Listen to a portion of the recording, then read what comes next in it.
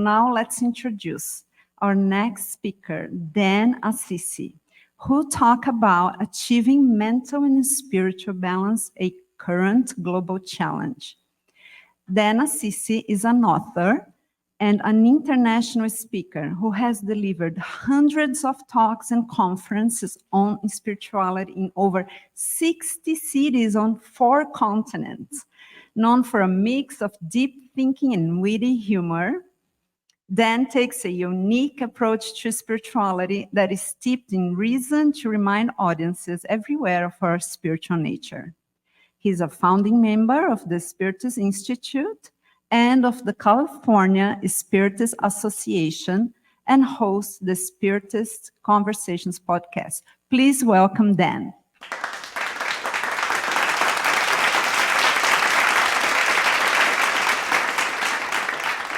Good morning, everyone.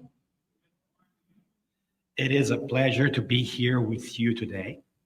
And I also understand that I am the last person between you and lunch. So, if you bear with me for the next couple of minutes, we are going to be able to talk about an important topic, achieving mental and spiritual balance, which is something that I know I could use a lot of help with. So you ready? Yes. Right. Okay. Let's get at it. And let's be honest, the world is going through a rough phase. I think that we can all agree that life is not exactly at its easiest these days. I mean, we have just come out of a pandemic that has really changed the way we look at life. Many of us have feared for our lives and the lives of those next to us. And to this point, we are still struggling a little bit with the idea of what does work look like? Can I work from home? Do I change? Do I move cities? And it really has upended the way that we look at what we do and how we relate to others. But of course, that is not the only thing going on. And as a matter of fact, we know that in this very moment, we have war in Ukraine, we have war in different parts of the world in general going on. And there is this anger towards each other and this arrogance that we can just impose our will onto the next person. And that is really taxing because it doesn't really let us stay at ease because we worry that it could happen to us at any point in time. And that's tough too. And of course, there is also a lot of economic uncertainty. We are worried about inflation. We are worried about our jobs. We are worried about artificial intelligence and what the future work could look like. Would that change how I earn a living? Would it change my jobs? And we are frazzled by these different things that really shake us up in our day-to-day piece. But there's more, like a bad infomercial. There is more, right? We also know the world is full of inequities. We know that things are not even. We know that people are still not treated equally, and that it might vary because of their social status, because of the color of their skin, their sexual preference. We know that the world needs a little bit of help. As a matter of fact, just a walk up here reminds us that as a society, we have not done a good job in caring for all our citizens. We have not found a way to take care of everybody. We see so many of our neighbors, our unhoused neighbors, living in conditions that are so difficult. And it's not a Portland problem, it is a world problem. And of course, I would be remiss to also mention that we could be doing a little bit better on the tolerance front. We seem to be collectively, as a society, having a really tough time being accepting of each other's perspectives. Where we sit in the political spectrum, where we live and what we think is right, shouldn't be reason for us to not accept our neighbor for how they are. And all these things going on at once are really tough. I mean, to be honest, just talking about this gets me a little anxious. Gets me a little bit worried. How about you? So I can understand that if this is all we are seeing every day, it will knock us out of our perch. It will stay in our minds in such a way as to bring us a little bit of unbalance. And so what is it that we could do to be able to understand how to navigate all these things? Are there lessons? Is there a way for us to be able to pack all of this and make sense of the world so that we can live better and more fulfilling lives? And for that, I would love to hearken back to another interesting period of our communal life. I want to go back to 1671.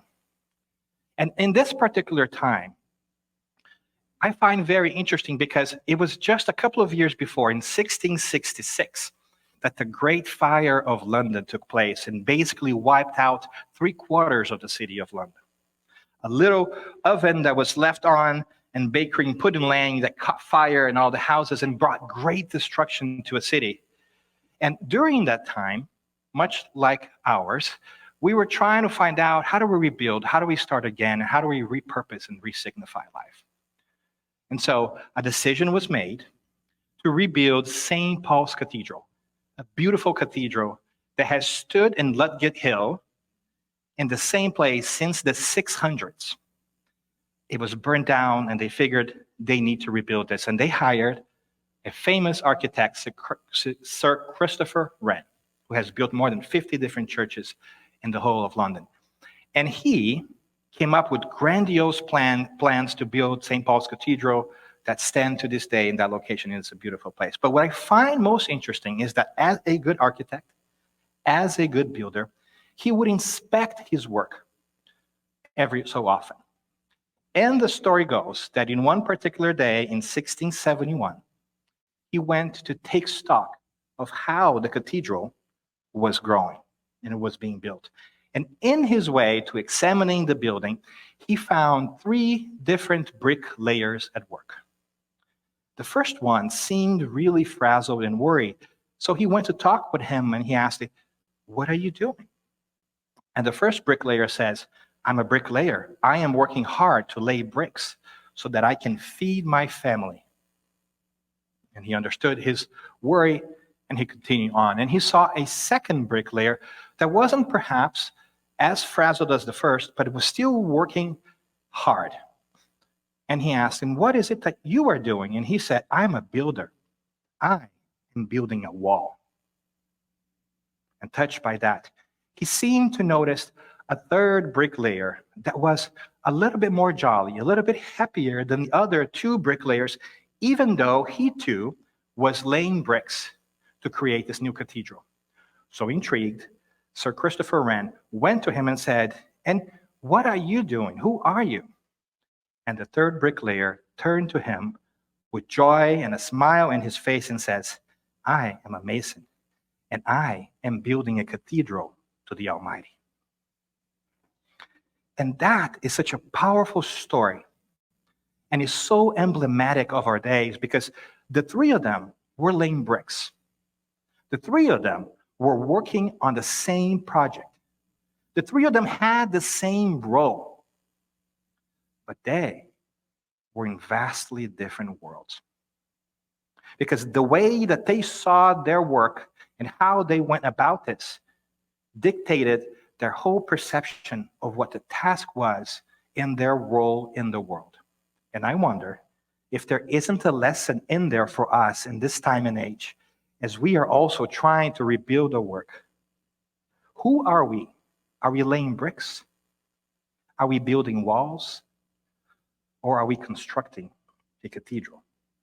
I know that I would very much like to stay in that place of joy of that bricklayer that was building a cathedral, who could find the happiness of the work he was doing and see the reason for all his toils.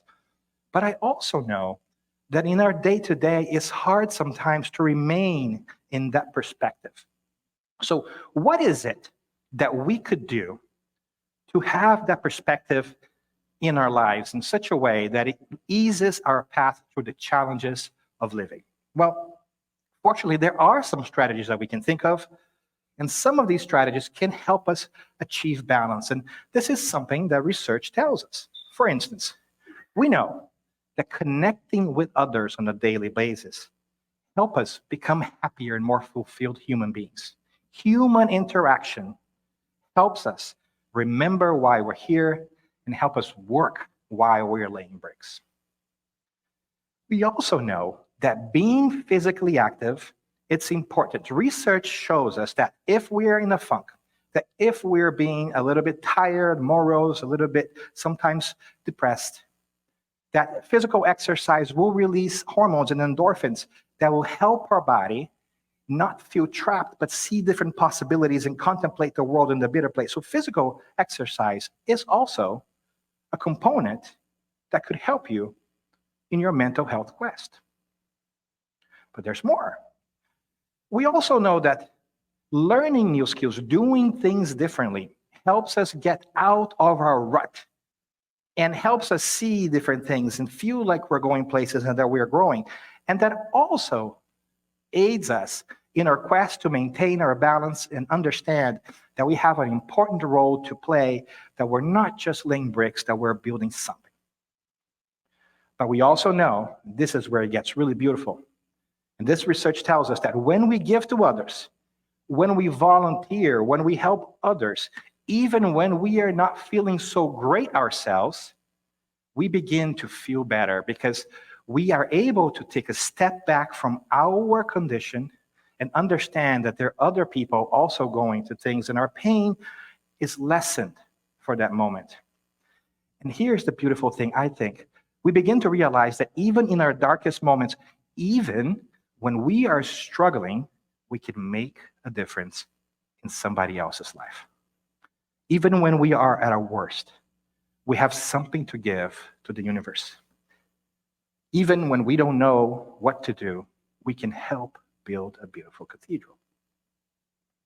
And a fifth tip that is also research-based is it's important to pay attention to the present moment, to where we are, to be where our feet are. Not thinking about what happened yesterday and how I messed that thing up or I got it right. Not worrying about what's going to happen tomorrow. Of course, it's good to take stock and reflect, and it's good to plan for the future. But it's important to be here where you are so that anxiety and angst doesn't take the best of you. When you are here, you remember that you are okay. In this very second here, whether you're in this auditorium or you're watching us, you are okay. So take a deep breath in, be here, and be mindful of where you are. And that is a wonderful moment. In fact, these are wonderful strategies, but without application, they might mean nothing to us. So why don't we practice a little bit? Let's get you moving. Let's do this. Go to someone who you have never met before. Introduce yourself. Say, hey, I am Dan. I'm from San Diego. And offer something of yourself. And I'm here because this. Or my favorite color is this. And we'll take a moment. Whatever it is, give something of ourselves to others. Go.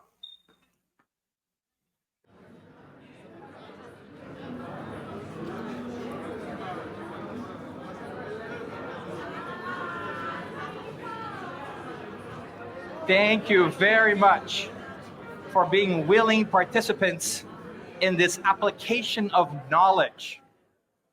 We deeply appreciate the opportunity to connect with different people, and hopefully you also like stretching your legs a little bit, right? And hear why this is so great, because you get to know somebody else that is new and that maybe has similar interests as you. You could form wonderful relationships from this. And there's something else too. The World Health Organization tells us that 1 out of 4 people will struggle with mental or neurological disorders in their lifetime. So look around, find 3 people, just look at them. You or one of these 3 people will suffer at one point in time the challenges of this world. And you may just have talked to that person. Or that person may just have talked to you. You may just made a bridge that changes somebody's day, and that's a beautiful day.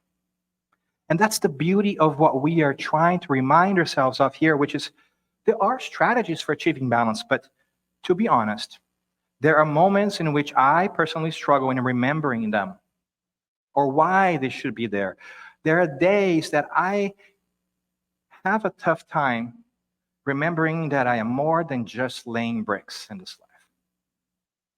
And so, what could we do to remember to use these strategies, to tie it all together?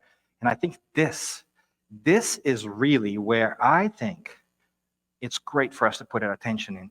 Spirituality can play a major role in remembering us to do these things and why they are so important.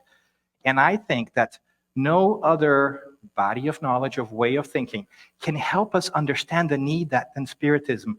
And that's why I'm so passionate about it. Because when we think about spirituality and the fact that we are more than the physical body, we begin to see things differently. It gives us a different lens into the world. And we see ourselves not as simple bricklayers having to survive in the day-to-day, but spirits who are navigating through space and time, growing, nourishing ourselves, discovering new things, and helping build beautiful cathedrals.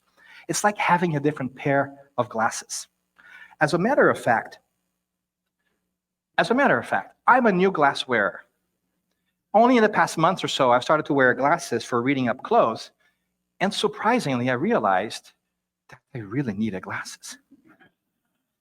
And now I can see things and like, wow, I didn't know that I could use glasses until I started wearing glasses. So when I put my glasses on, I can see things better. And Spiritism does that to me. When I look at the world through a Spiritist lens, I begin to understand that the world is slightly different than what I imagine. But what is it that Spiritism brings to my life that helps me refocus on different things? What is it that it's important for us to remember in different ways? Well, obviously, the first thing is that we are immortal spirits. And how do we know that then? Because for the past 160 plus years, we Spiritists have been researching what is it that it's out there. And because of this DNA of inquiry that is built into Spiritism, we started to investigate this phenomena that were taking place.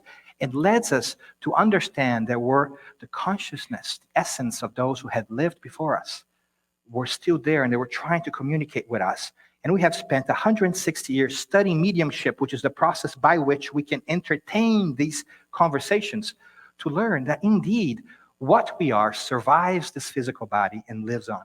And that in fact, we come back as many times through reincarnation as it is necessary for us to grow. And that is powerful awareness when it's brought to our daily lives. Why? There's many different reasons, but I want to bring 3 to you today so that we can kind of hold on to them because they might help us in our path to building cathedrals. The first one, if I can only press the right button, is that as we remember that you are an immortal spirit, we come to this natural conclusion that we will live forever. And that is reassuring. Because what I have built and what I have struggled to do and all that I have learning will never cease to be. Take the pressure off. And there's something else that is also true. That means that those who are around me who are undergoing the same process are also always going to live on, which means the love we build with each other never ends. If we don't stop loving those who have passed, why is it that sometimes we forget that they have not stopped loving us either? As a consequence, I am led to believe that at any point in time, I have an amount of love that I cannot understand being directed at me by those who care about me and that I cannot see.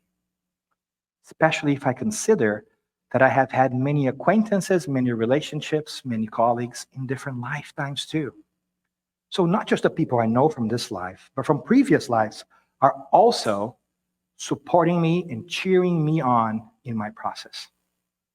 And that means yours are too. You're not alone. You can do this.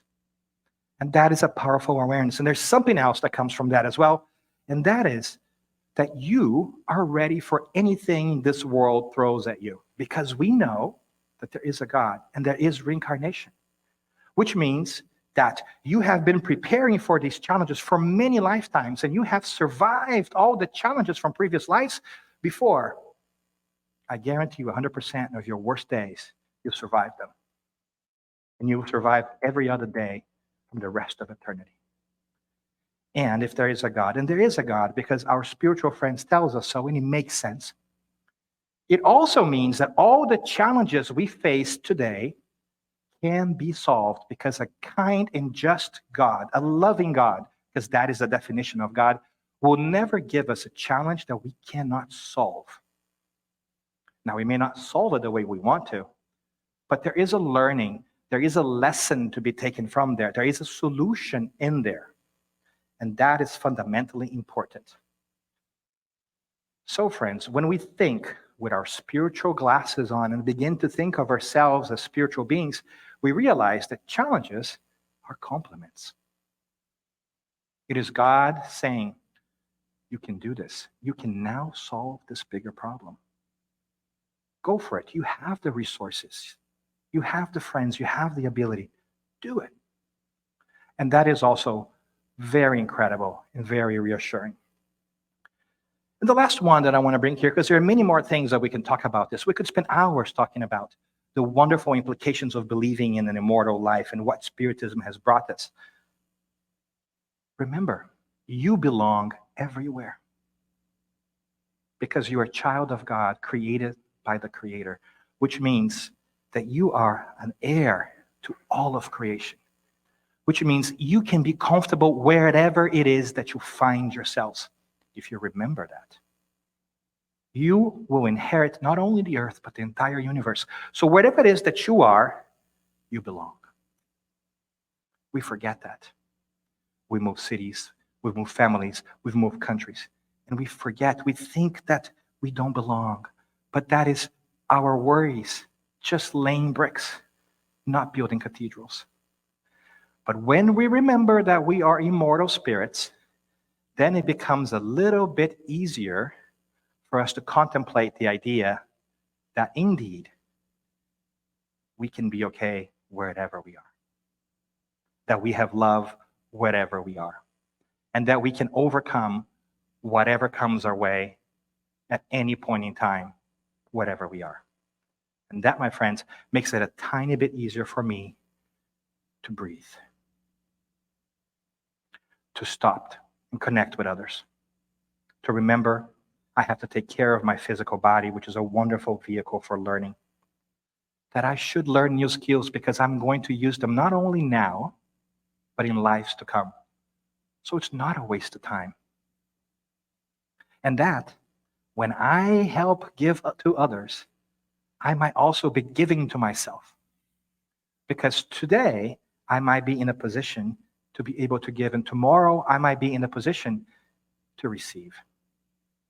And not just tomorrow, but tomorrow, if you get my drift, in the next life. Today, I might look like this. Tomorrow, I might be a woman of color in a different part of this world. And my experience might be different. So why not make it better for all of us right now? Invest in ourselves. And it makes it easier for me to concentrate in this moment, knowing that if I put my effort in front of me, and I can do the things that are presented to me in the best possible manner, even though I know that I'm not an expert in everything, I am taking a step forward towards not only my own evolution, but that of everything around me.